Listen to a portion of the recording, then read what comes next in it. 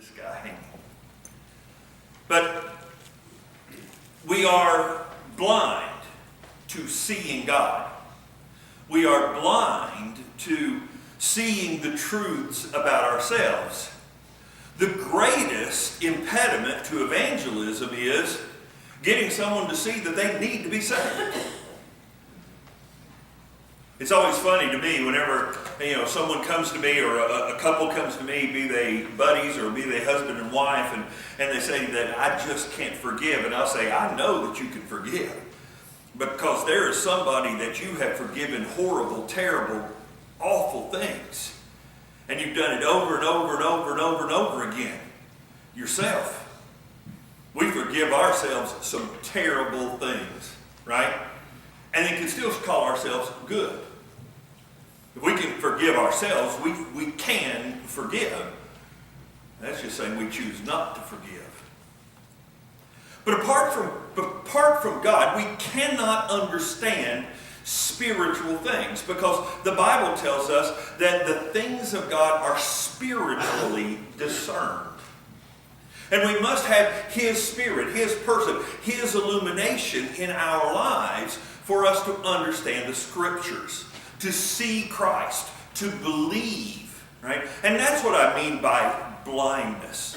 I'm not talking about the ability to see a bluebird in the sky or the green grass or the road in front of us. I'm talking about things far more important than that. God, the Holy Spirit, love, joy, peace. Those things that are offered us in the life of Christ. And in 2 Samuel chapter 11, verse number 27, we have an amazing statement. And the thing that David did displeased the Lord. And y'all know the story. I don't have to go into it this morning. The seduction of Bathsheba, adultery committed with her, ultimately the lies that led to the death of Uriah, put the whole kingdom in jeopardy.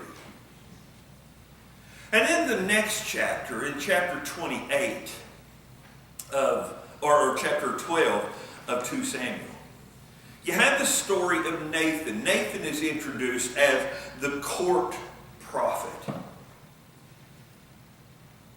And he tells David about an incalculably evil and greedy and arrogant and awful offense that had taken place in his nation.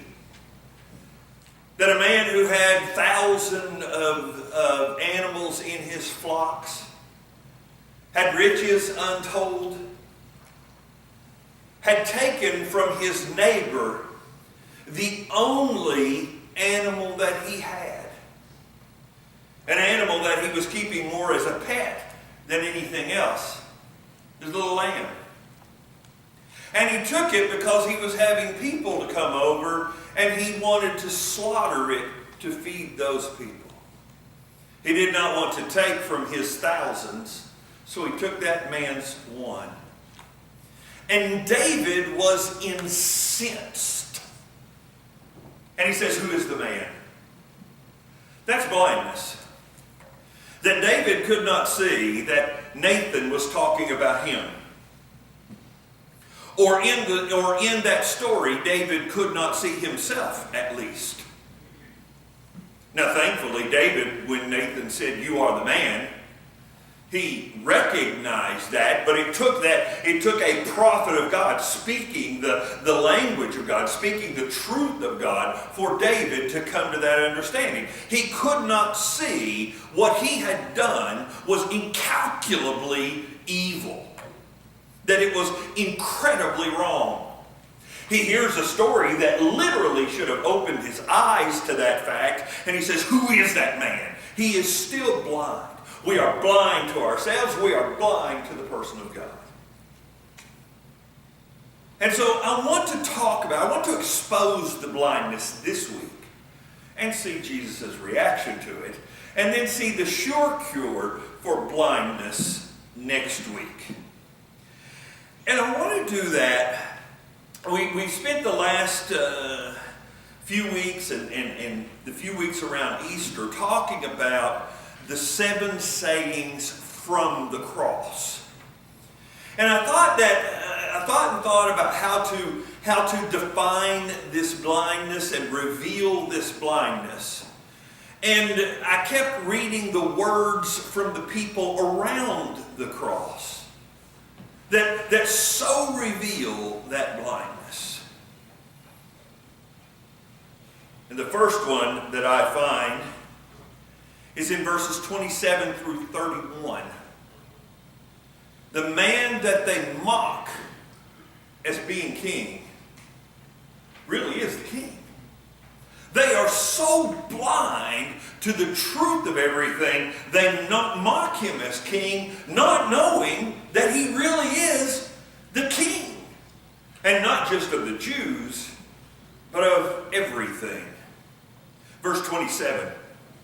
Then the soldiers of the governor took Jesus into the governor's headquarters, and they gathered the whole battalion there. And they stripped him and put on him a scarlet robe. And then twisting together a crown of thorns, they put it on his head and put a reed in his right hand. And kneeling before him, they mocked him, saying, "Hail, King of the Jews!" And they spit upon him and took the reed from his hand and struck him on the head. And when they had mocked him, they stripped him of the robe and put his own clothes on him and led him away to crucify him. This is blindness of the highest degree. These 5 verses that are mentioned here were not common to a Roman execution. This is not common practice. The first beating was the first time that they beat Christ, because in Roman days you would loosen up the accused. You'd get his tongue working by beating on him. And then after the trial, when he is found guilty, the scourging was common practice. But this mocking and this third beating was in no way common practice. This is something new. You see, what the soldiers see here is just another foolish guerrilla soldier in their minds who thinks that he can defeat the iron legions of Rome. They think him a fool. And so they treat him as a fool. And since the charges laid against him were he calls himself king, they mock him as a king. And they say, "We will show him." So they put a scarlet robe on him. And then they took those Middle Eastern thorn plants and with the thorns about 3 inches long, and they twisted them together and they placed it upon his head. They put a reed in his hand to mock him like he was holding a scepter of a kingdom. And then they knelt before him, mocking him, saying, "Hail, King of the Jews." They meant this as mockery, but it is tragically irony. The irony is they're mocking him as king, and he really is what? King. Not just of the Jews, but of everyone. Look at John chapter number 1. In the beginning was the Word, and the Word was with God, and the Word was God. And He was in the beginning with God. And all things were made by Him, and without Him was not anything made that was made. You have in Philippians the same idea where God has given him a name which is above every name, that at the name of Jesus every knee shall bow, every tongue shall confess. They mock him as king, specifically king of the Jews, but what they can't understand, what they are blind to is, they can't understand a king who doesn't rule. And to their eyes, he is not ruling. What kind of king does not live in a palace, but says the foxes have holes, the birds of the nest have the air, but the Son of Man has nowhere to lay his head? What kind of king would have to give an illustration about who he is by borrowing a coin from someone? What kind of king would have as his only possession a robe? A simple linen robe. What kind of king is this? And it was a king that their human mind could not understand at all. A kind of king that they could not comprehend, so they mock him as king. Because to them, he doesn't seem to rule. In Matthew chapter 20, you have the story of the sons of thunder sending their mama to ask Jesus a question. I always love that irony. Sons of thunder. Hey, mama, would you go do something? And earlier, it says that the sons of Zebedee came up to him, or the mother of the sons of Zebedee came up to him with her sons, and kneeling before him, she asked Jesus something. And he said, "What do you want?" And she said, "I want you to say that these two sons of mine are to sit on your right and your left when you are in your kingdom." And Jesus said, "You do not know what you are asking. Are you able to drink the drink that I drink?" He asks of James and John. And they said, "We are able." And Jesus said, "You will drink my cup. But to sit at my right hand and my left hand is not mine to give, but for those for whom it has been prepared by the Father." And when they heard this, when the 10 heard this, they were indignant at the other brothers because they beat them to the jump. And then look here. And Jesus called them to him and said, "You know that the rulers of the Gentiles lord it over them, and their great ones exercise authority." All you know are what earthly kings do, and they lord it over their subjects, even good kings. Go back and read about Solomon's temple. Read about Solomon's throne room. 6 steps made of gold. 6 lions made of gold. A throne 10 foot tall, made of ivory, covered with gold. So that anyone who would come to him would have to stand at least 10 feet below him and beg. You know earthly kings, how they lord it over people, how they exercise authority. But it shall not be so among you. James and John, you're wanting a place, you really know what you're asking for? That's not how this king operates. That's not how this kingdom works. Not so will it be among you.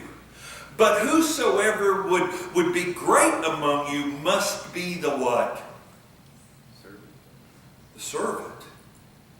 And whosoever would be first of you must become a what? A slave. Even as the Son of Man came not to be served, but to serve. And here you have the introduction of the cross, to give his life as a ransom for many. You see, Jesus Christ is a king, but he is also, at this point, the only servant of the king who can follow his rule. His is one of service. His is one of doing what is best for others. His kingdom is one of ruling to where God is pleased. And only He can do it. And now He has come to the cross, and they don't understand it at all. They mock Him as king, thinking that He has not exercised His authority, and that is literally all He has done throughout His whole ministry. My kingdom is one where I benefit the people. I don't lord it over them. I am Lord over them. And I have come to do what is good for them. I do not have them come to serve me. Me being in the greater position, me being in the stronger position, me being the one with the resources, I have come to serve them. And so He is the king, and at this point, the only subject of the kingdom that can follow His rule. Finally, the soldiers get it, by the way. He reigns from the cross. For the first 400 or 500 years of the Christian church, it used to be called the reign of the cross of Christ. The reign of the cross of Christ. Because on the cross, He's in total control. He's in control of Himself. He's in control of His surroundings. He's even in control of the very time in which death is allowed to come and escort Him away. And what He is doing on the cross is He is making for Himself citizens that can follow His rule. You see, this is the blindness of men. They mock Him as king. And He is the greatest king. The King of kings. The Lord of lords. You see, this is how kingship should work. He is the one with the power. He is the one with the position to bring about change. He is the one with the resources. So He serves. You see, that's what makes sense. And He says, this is my kingdom. No, I'm not like Caesar Augustus. No, I'm not like Nero, who brings my armies across the Rubicon to take over control. I am not like Nebuchadnezzar, and I have my body covered with gold, and then I have a 90-foot statue of myself put upon the plains of Dura like Darius. Right? That is not who I am. I am the king with the resources who has come to serve His people, to give His life as a ransom for many. No one else could pay the ransom price. But I have the resources, and I have come to do it. Secondly, the man they mock as powerless is the most powerful being in the universe. Look at verse 32. You remember verse 31 says they mocked Him, they stripped Him of the robe and put His clothes back on Him and led Him out to be crucified. And as they went out, they found a man of Cyrene, Simon by name, and they compelled him to carry His cross. And they came to the place called Golgotha, which means the place of the skull. They offered Him wine to drink mixed with gall, but when He had tasted it, He would not drink it. And when they had crucified Him, they divided His garments among them by casting lots. And they sat down and kept watch there. And over His head they put a charge against Him which read, "This is Jesus, the King of the Jews." The two robbers were crucified with Him, one on His right and one on His left. And those who passed by, now here is the blindness, and those who passed by derided Him, and wagging their heads, saying, "You who would destroy the temple and rebuild it in 3 days, save yourself. If you are the Son of God, come down from the cross." Now, to get this whole picture here, we need to understand a little bit about Roman crucifixion. They left the uprights up, the vertical part of the cross. They left it up kind of as a warning for anybody who would set their hand against Rome. They had seen the people hanging there. They knew the reasons why the people were hanging there. And the fact that the uprights would be left would always remind the people that Rome was not done crucifying people or executing them. And then what they would do is they would cause the accused, the condemned, to carry the crossbeam, generally strapping it to his arms with a sign around his neck, what the charges were. And then they would lead him through town, just in case there was a witness could read the charge and say, no, I know who did that. That wasn't him. Now the sign around his neck said what? King of the Jews. But then they would carry the cross, they would carry it through the town and up the hill called Golgotha. And then they would pull the upright out of the ground, which it had a place set for it, lay it on the ground, put the two pieces together, nail the person there, and then slide the whole cross back into the prepared hole. And now here is Jesus, so weakened by the beating, the scourging, and then that extra beating from the soldiers. You remember they mocked him and who is hitting you? Who is hitting you? Right? He is so weakened.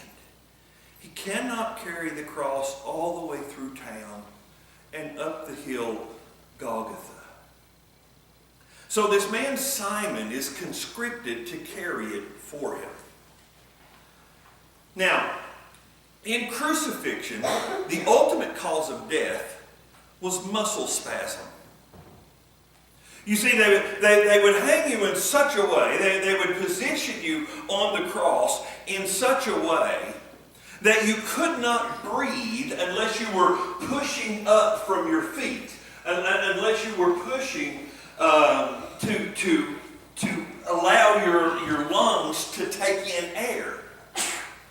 And after hours of pushing up, and against all of that strain and all of that difficulty, right, you would get a breath and then you would fall. But never being able to get enough oxygen in and building up lactic acid constantly, ultimately you would cramp. Your muscles would spasm.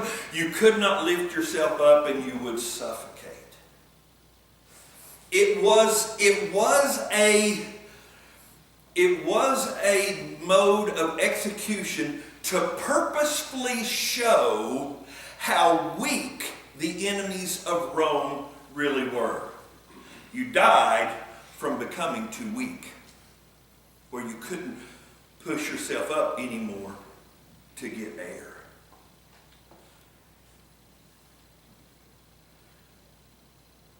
And in the Roman world, and in the Jewish world, and everywhere Rome was, crucifixion was an odious thing.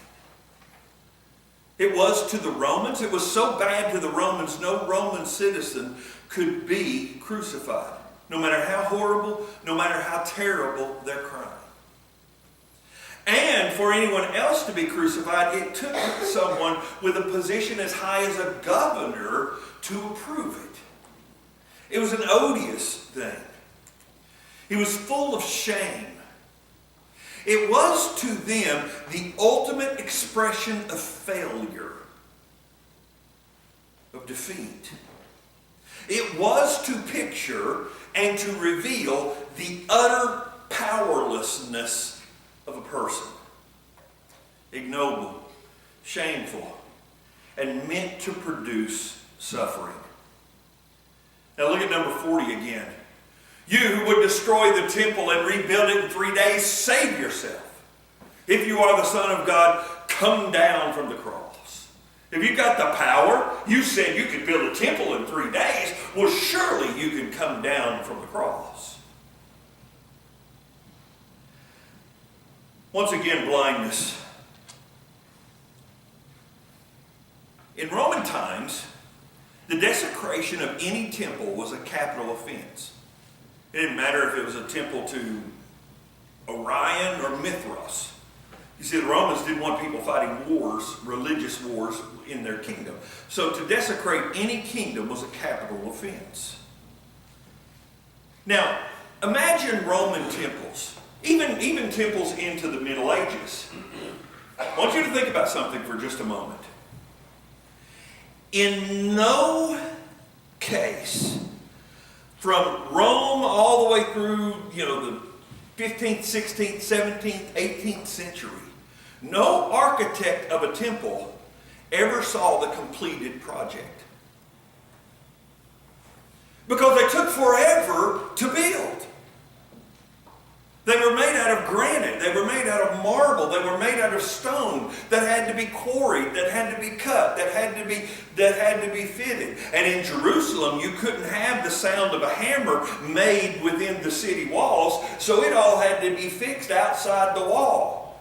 It would take years, decades, if not centuries, to build a temple. It was that way all the way up through the 1800s. I mean, the man who designed the Washington Monument never saw it completed. And Jesus had said, destroy this temple and I will build it again in what? 3 days. In 3 days. They thought he was crazy at the beginning. In fact, in John chapter 2, you remember we looked at it not long ago, his disciples didn't believe him when he said it. They didn't understand what he was saying until after the resurrection. You see, they are completely blind. And they mock him. He said he was powerful enough to build a temple in 3 days, to bring those big stones in, to bring those rocks in, to do all that. He said he was that powerful he can't even come down from the cross. But you see, we know the truth. We know the truth that it is precisely by remaining on the cross he is revealing the great and the greatest power that the universe has ever known. Can you imagine how much power it took to hang there and to have every one of Christian's sins transferred to him? And to feel the guilt and the shame, and then ultimately the punishment for them. And then to turn and to take every sin of Leanne Hammond's against himself, and to take the guilt and the shame, and then ultimately the punishment. And then to turn and to take the guilt of Charles Theobald against himself, the guilt and the shame, and ultimately the punishment against himself. And to do that for everyone who would ever call upon his name. It makes me shudder to think that I made the Christ think the thoughts that I have had. How horrible it was for him to think the thoughts that I thought and to feel that shame. How easy would it have been for him to say, "Oh, we've gotten up to Bob Halverson now. I'm stepping off." Right? Sorry, Bob, but you're right there. Could you imagine when the Apostle Paul's sins were to be laid upon him? And Jesus Christ, the Son of love, love itself, had to feel the vitriol of Saul of Tarsus as he gathered together the men to throw the stones at Stephen.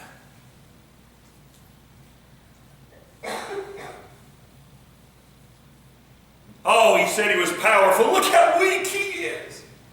But you see, that's the blindness of man. They don't know what he's doing. You know what he's doing while he's hanging on the cross? He's building his temple. He's building his temple. He's making stones for his temple.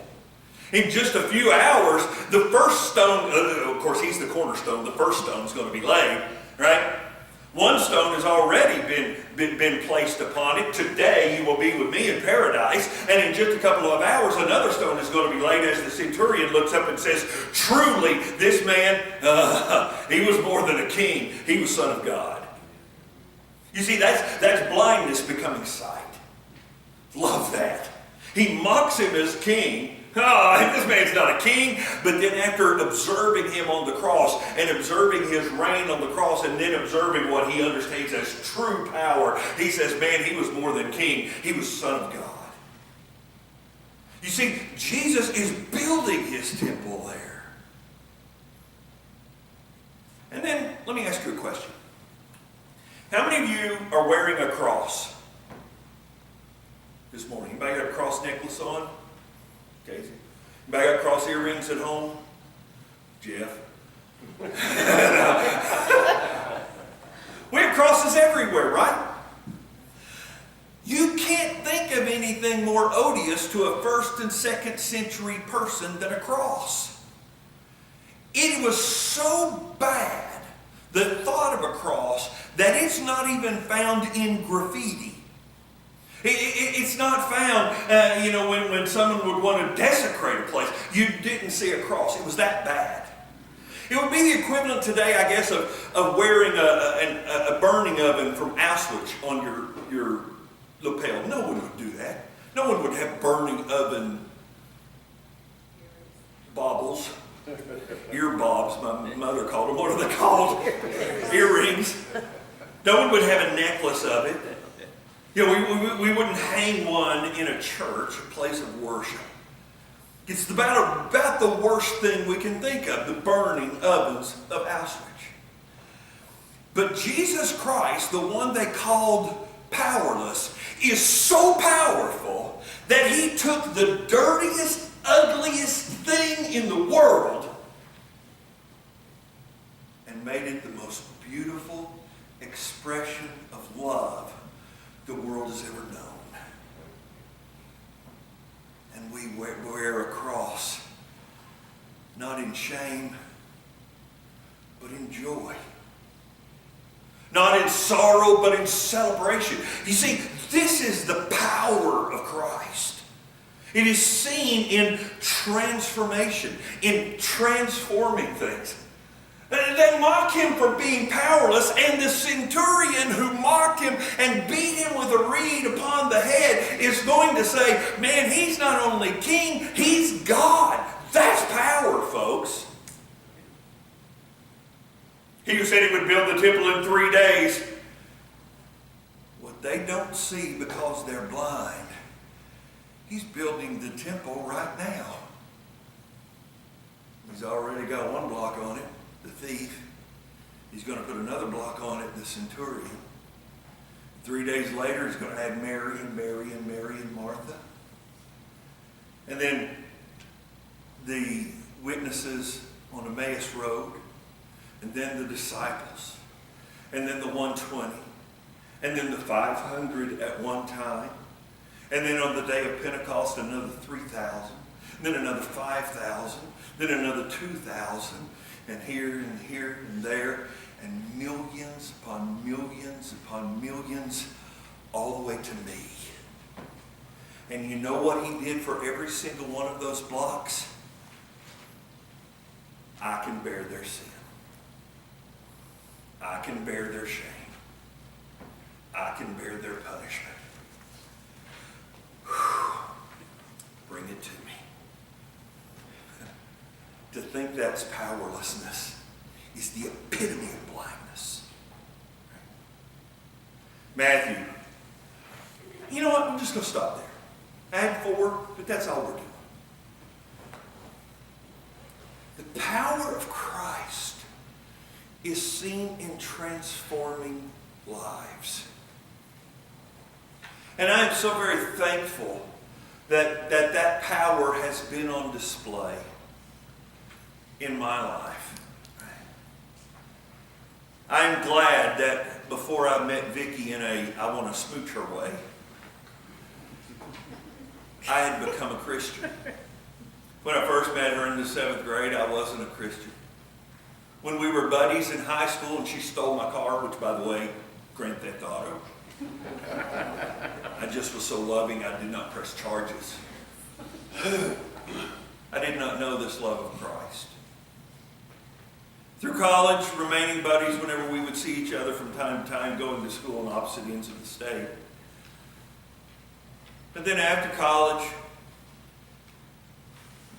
after I had gotten saved, come together and looked at her and said, hey, I want to smooch her. Smooched her the first time, and I guess I'm saying too much now.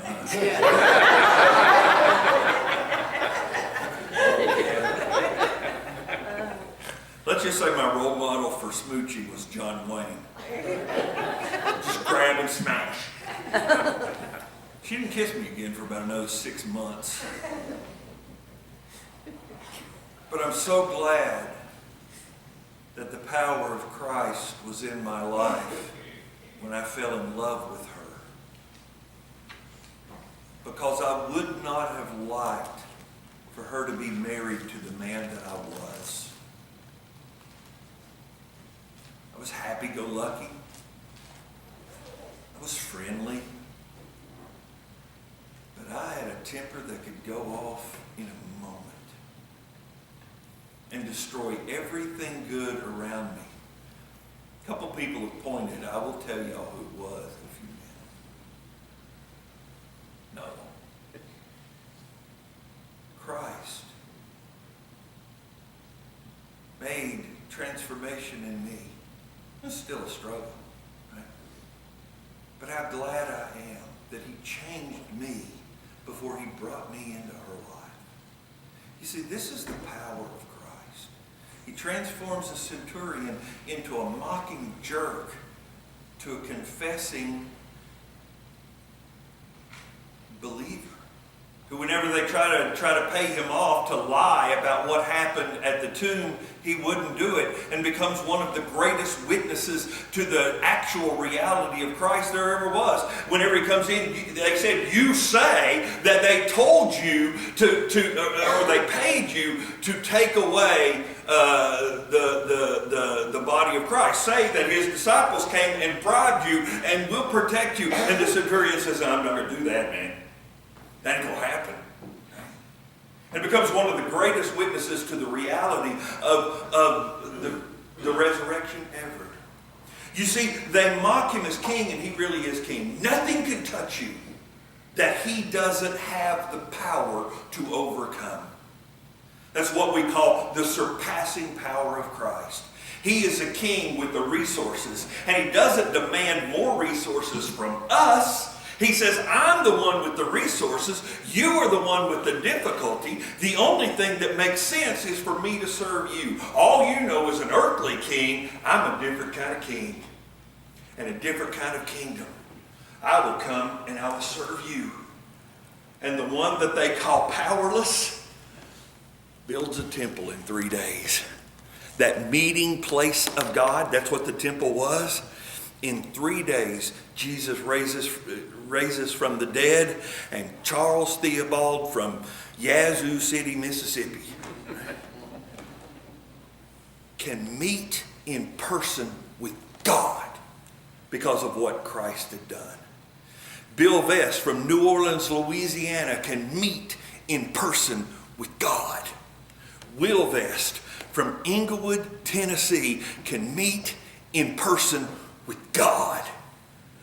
That's a temple, folks, right? And that's what he's done. You want to meet with God and find his resources for the difficulties in your life? Here is your invitation. You no longer want to be the person you are or to find those negative aspects of your life removed. He is the transformer, right? Come to him as he calls. Father, I thank you.